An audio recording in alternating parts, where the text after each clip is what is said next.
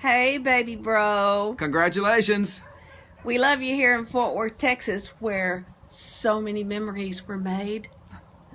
I remember, well, I've been told about it, that back in, I think it was 1953, something like that, you came on the scene in Cocoa Beach, Florida, and my life has never been the same.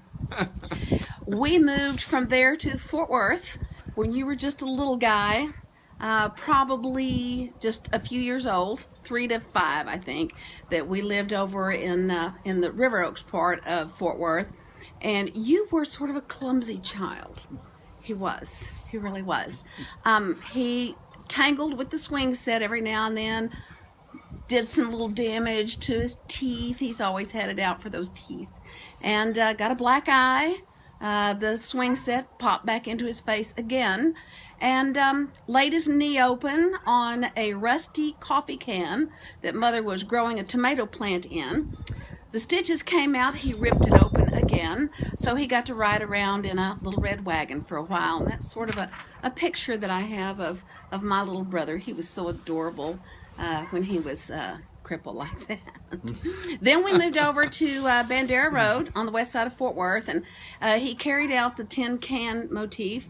He was kind of an active child, and so he would sit out in the backyard for long stretches of time and beat on a tin can with a stick. We didn't know what he was doing. We didn't really care as long as he just stayed out of the house. Eventually he joined the Texas Boys Choir, and he actually went to Europe for the recording of The Glory of Gabriele. We met one of your colleagues who now owns a pool company out in Aledo, and so he said hi as you're reaching this milestone in your life. Yes, he's kind of a fat cowboy now, but a really nice guy, and he remembers you. Married to a rich woman. Yes, he is. I think she's divorced him by now, but I'm not sure about that. Okay, well, whatever. sorry. He probably came away with something. David was really pretty entertaining all that time. We didn't always get along. He might mention that. In fact, he's probably kind of breathless right now, just wondering what stories I'm going to tell. I'm not going to tell all, because for every story I could tell, he could tell another one. He's the one who ran down, David, this was your fault, and you kicked the hole in the closet at the end of the hallway. Just because I threw the newspaper at you, just because you wouldn't get up and change the channel for me, I had to pay for half that door. You little tattletale. I remember too, an evening sitting at the table, dinner with the family every night was awesome, and it was instructional. And one night, David and Dad kind of got into a disagreement about something.